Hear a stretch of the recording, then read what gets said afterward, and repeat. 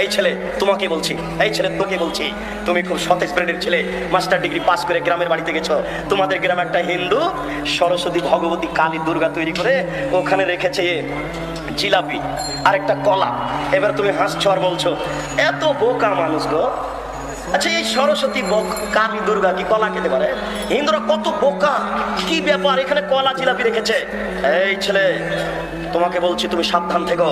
তুমি যে এখন স্কুলে এসে বলছো, এই ছেলেরা, এই মেয়েরা, আগামীকাল তোমরা ফুল নিয়ে আসবা, পায়ের জুতা খুলে দিয়ে বরকতের কবরে ফুল চড়াতে হবে।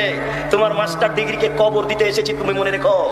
তুমি বলো সারা বাংলাদেশ কেন, সারা পৃথিবীর মানুষ যদি পায়ের জুতা খুলে দিয়ে এই বরকতের কবরে ফুল চড়ায়, তাহলে বরকতের 1 পয়সা লাভ হবে নাকি? যদি না হয় তুমি এই কাজ করলে কেন? তাহলে ওর সরস্বতী ভগবতীর কাছে কলা দেওয়া আর তোমার এই কবরে ফুল চড়ানো দুইটা সময়ের নয় কি? তুমি মুসলিম, তুমি মুসলিম। শহীদ মিনারে ফুল দেয়া যাবে কিনা? ফুল দিলে আসলে একটা শ্রদ্ধা দেখানো হয়, কিন্তু এটাও এক ধরনের শিরকি কাজের দিকে চলে যায় আস্তে আস্তে। কারণ নূহ আলাইহিস সালামের জামানায় যেটা হয়েছিল, এভাবেই তারা শ্রদ্ধা দেখাতে যে আস্তে আস্তে শিরকির দিকে ধাবিত হয়েছিল। তো এটা ঠিক না। আর আমরা বাংলাদেশে যত ফুলের গার্ডেন আছে, সব ফুলগুলো এনে তাদের শহীদদের যে মিনার স্তম্ভ ওখানে রেখে দিলে আসলে তাদের কিছু যায় আসে না।